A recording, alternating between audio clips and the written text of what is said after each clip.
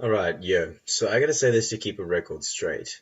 Not a straight, but to all those people out there that are spiritualists, I'm a spiritual person.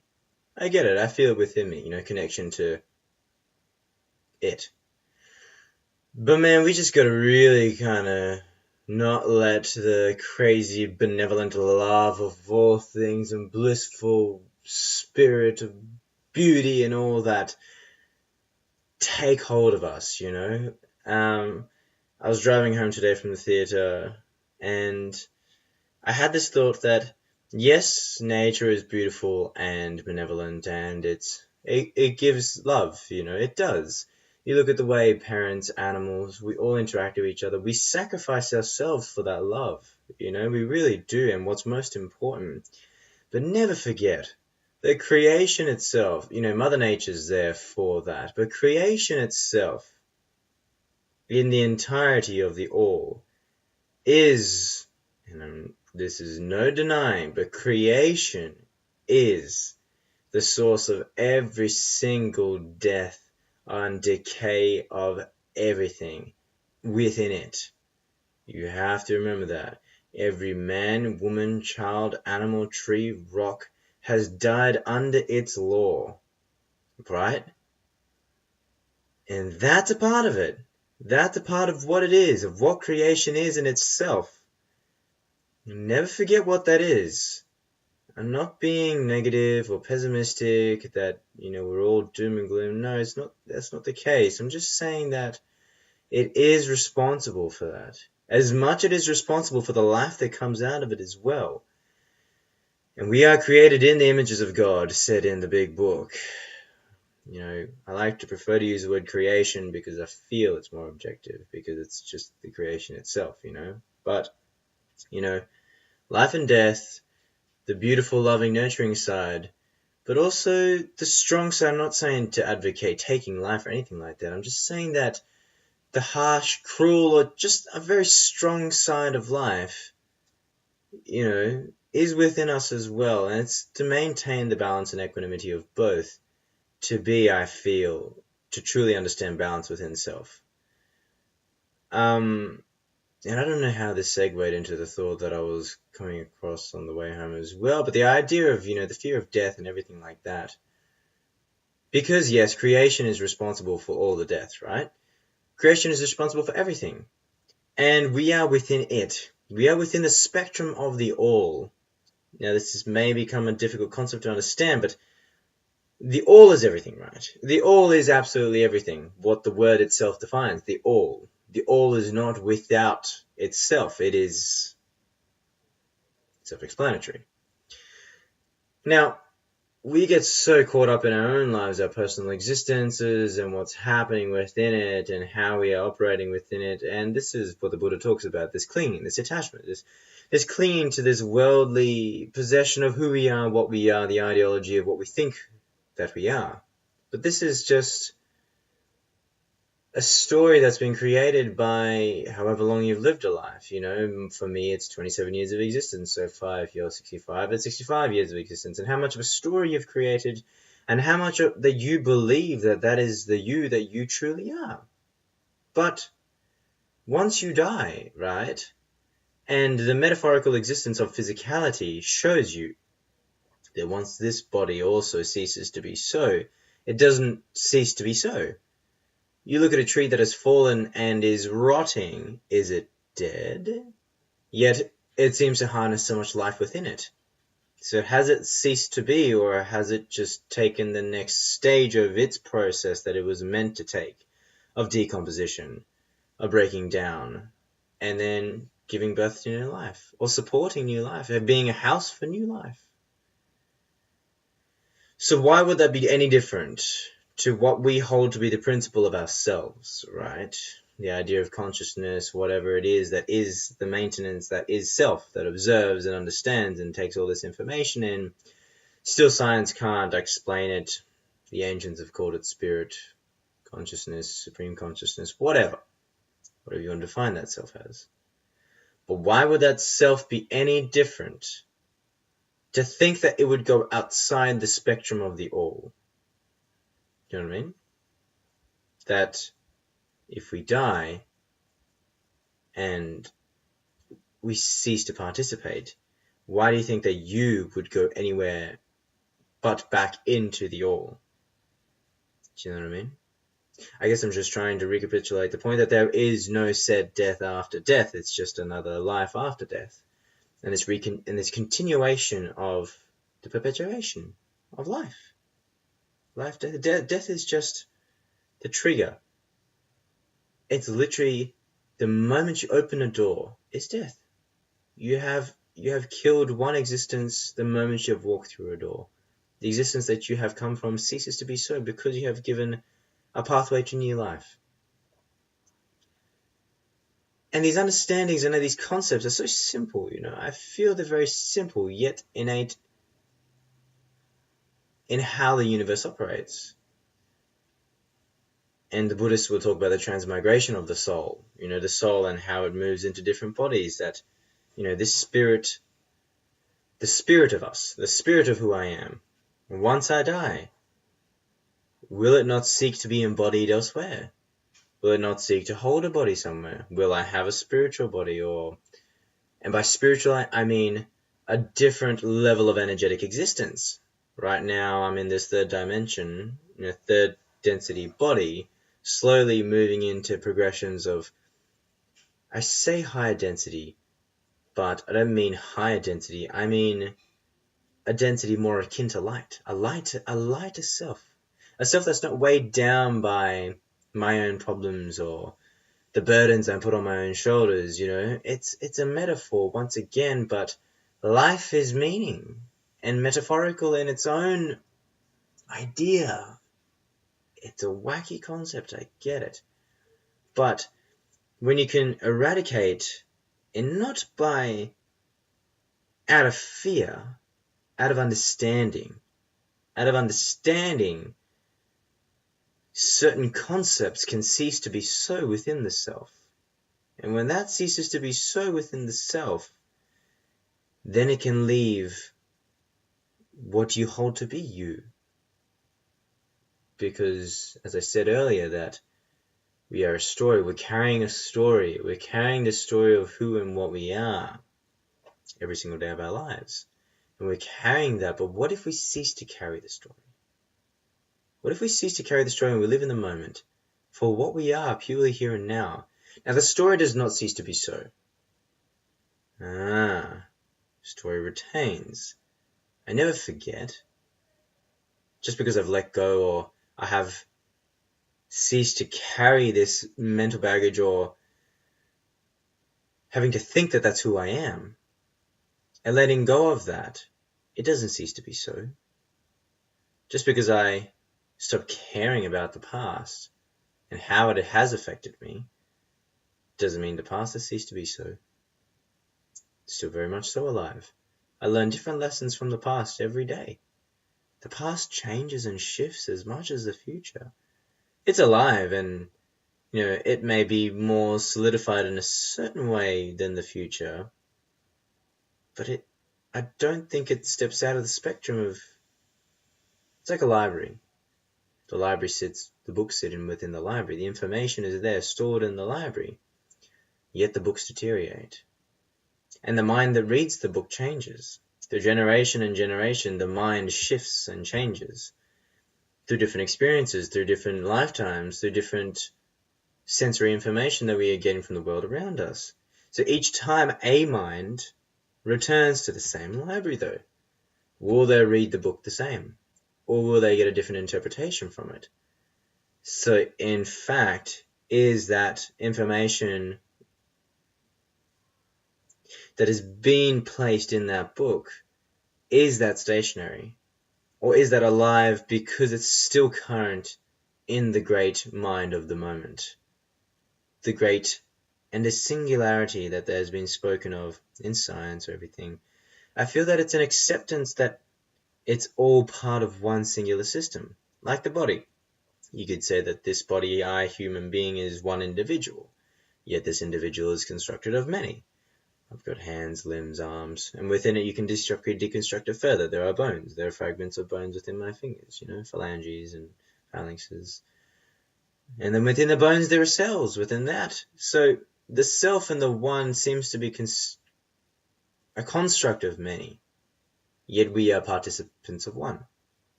And that's how I feel the singularity, and understanding those concepts and living that more, so that we are not separate from the environment around us, that I'm still interconnected to the world around me. I see the wardrobe in front of me, yet it exists within my mind. I physically make a movement to get to the wardrobe, yet it and its contents are alive within me.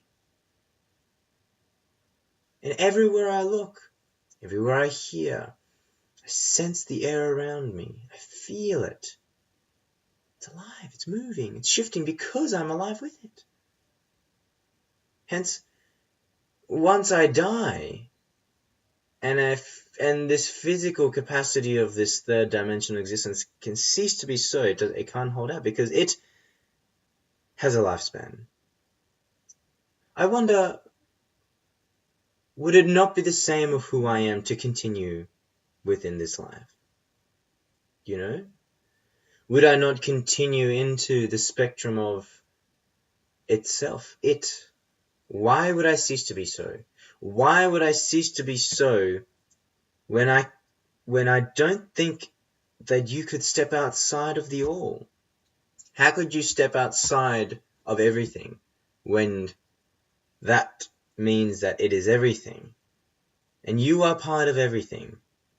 And why would you all of a sudden be not of everything because you have said died? Right? It's just information. All of this is just information. Well, how does this information take you on a journey? A journey of self, and a journey of understanding what is self and what constitutes self, and am I part of a greater self? Is there a self beyond me? Am I actually more than I think I am? Am I not just myself? Am I participating in the lives of others? And when the others come into my life, do they participate in mine also? Hence, these people are a fragment of who I am, because they affect me so. If I felt absolutely no effect from other, then maybe I would differentiate them completely as other. Yet, all things, especially things that are alive, the sunglasses, the bed, and the table, these all things, yes, they are still affecting me in a certain way, but not as much as my mother, or my father, my brother, my family, a dog, these animals. These personal interactions deeply affect me, deeply move me, beyond my own capacity to understand why it is so. And so how would they not be a part of me? And that's expansion of self, expansion of stepping outside of the box of who you think you are. And I guess, just not to stay in a single-minded perspective of what life is. It's a New Age movement. I made a small video about it earlier on Instagram, but about not being stuck in positivity. Obviously don't get stuck in negativity either. But don't get stuck in a single-sided spectrum, because we are not of single-sided spectrum. We are constituents of both. Male and female elements, yin and yang, black and white. We are of both. Hence we are the third element. If there's two within us, yet it makes up an extra, we are the third element. And to the fourth and fifth or whatever. But I just wanted to make a movie reference there. We are the fifth element. But you know what I mean, that everyone is becoming very soft and tender right now, and very, we've all got our issues, and it's sort of an illness, it's a mental illness that the world is suffering from right now. But the illness is a lack of understanding of who we are and how the system operates. If you understand how the system operates, you're understanding how the ego operates, then you can kind of see how unhealthy ego is operating, And how can we make this healthy ego? Ego doesn't go anywhere. Ego is another constituent of reality, of this universe. And it doesn't go anywhere either. It stays. It has its purpose. So how can we work with it? How can we learn to deal with all these energies that surround us better and more efficiently? The way that we interact with each other. Like I'm working in a cafe and, we have really bad interactions within the cafe, then the energy of the cafe is going to not be the greatest. And that reflects in how much the shop makes. How well we work as a team is a reflection of how well that shop is going to do as a business. And so it starts from the human interaction. You could have a tiny pop-up shop with 2 people. Yeah, they could work so well as a team, more efficiently than 5 people that don't work well as a team. Stubborn, unable to let go of their own ideas of how it should be so, and not willing to compromise. 2 people that are willing to compromise and share a same goal, and maybe they have a different vision of how they see it, as we all should, as we all do. We see it differently. But if the dream or the vision can be the same, that we just want to have a successful shop. We want to be making money, comfortable amount of money, so we can continue our lives and then some. And we work so well together that people are drawn to that. People are drawn to that energy, And all of a sudden, this pop-up shop of 2 people now has to hire a third, because business is getting crazy. Now the cafe, the business of 5 doesn't work well. You've got 5 people working in this shop, but now your business ain't doing well, so you're going to have to fire someone. You can't afford to have that extra wage on there. It's going to be difficult. And if you don't want to fire someone, then you really have to reevaluate how you're operating within the business, how the business operates. You got to be real. You got to be truthful, and the truth might be hurtful to your ego, to your pride. It's not going to be hurtful in the long run, though. If your business becomes successful and you see the outcomes of success and how that happened, that you changed how your attitude was affecting others and how others' attitudes affecting you, and you made a change within yourself, made a difference within a physical body in a business and a monetary income to you, and you got a raise because the business could do well. Where did that all come from? Where did it all stem from? Was it not from mind? Did it not all come from the mind? Who knows? I feel it was a mental attitude that shifted. That changed the physicality. Egg and the chicken concept. Was it the physical first, or was it mind first, And I could say it's the great body. If the universe is a great body, maybe not a great mind. But in the end, mind rules the body, man. Mind over matter, bro. Body is slave to the mind. I can see it in my own doings. Even if the body sometimes may not want to eat lots of ice cream. It knows it's not good for it. Yet the mind is suffering. Mind is suffering and wants to ease pain. And the way that it eases pain is to indulge in high excess of sugar. The mind is unhealthy. Body becomes unhealthy. Body becomes unhealthy. Mind becomes extra unhealthy. So, how you operate within the system. Be real to yourself. Be real of where you are. Be real of what's happening in the world and all around you. And we can't pussyfoot around. We can't be too politically correct. We can't be too soft. Can't be too tender. We have to be able to take criticism. Change who we are, what we are. Don't be too attached. Don't be too stuck and too stubborn to, I can be stubborn. I get it. But the more we are shackled by what we think we are, because what we think we are may not be who we are. There may be other spectrums to who we are and what we are. Just be open for the possibility that you could be something else, or that you could have potential to be something else. And I think that could help to really shift our physical world by making a mental change. I guess that's what I'd like to try and promote. Not help or teach or anything, but promote in the world. A mental shift and a mental attitude can change the physical world. And it's happening right now. It's already happening, man. The world is changing. The minds of the people are changing right now because the world is unhealthy. Sorry to say, it's not completely unhealthy. Just there's a lot going on, and the internet has shown us a lot of unhealthiness happening in the world. And maybe that got us really down and got us upset. Too much information. But it's necessary. It's like if a mother was going to explain to their child how pregnancy happens. Maybe the parent might think it's too much information, but it's the truth. And you might, depends on how you go about it. Will you tell the whole truth, or will you slowly tell the truth? But the truth needs to come out. Sooner or later, they'll figure it out. And they could either have, yep, I knew this. Mom told me about it. Or be like, this is what it was like. Mom lied to me. Dad lied to me. You're hurt. You're betrayed. So the truth is the truth. We just have to be grown-ups about it, of what's really going on in the world, how it operates. Once again, the universe was, and it still is, the greatest mass murderer. The killer, not a murderer, it's a killer. It kills things. It's the cause of death of things. Sorry, that's my bad. It's the cause of death of all things. It's creation itself. And is the cause of life also. Everything that you see is part of creation. It's part of creation. Don't get too stuck up on one side of it. This is stuff I say to myself. I'm repeating this to myself, really. I want to hear it out loud. I want to hear it out loud so that I can know that this is the truth also for me. I need to remind myself. I need to be reminded every day. I need to, every moment, every hour, every minute.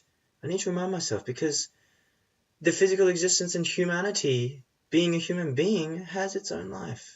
It drags me into it, pulls me in, sads and sorrows and disgruntles and happies and goods and all this sort of life, and you just sort of take it for granted, and you accept the normalcy that everyone else also takes for granted.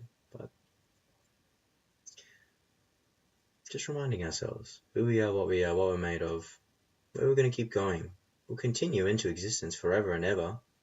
It's not going to cease to be. Let's say even if the planet blows up, it's not going to blow up, but it can't. Humanity ceases to be, so the planet will be fine. Whether it starts over again may take time, but be a blink of an eye in the universe's spectrum. But why would we ever cease to be so within existence itself?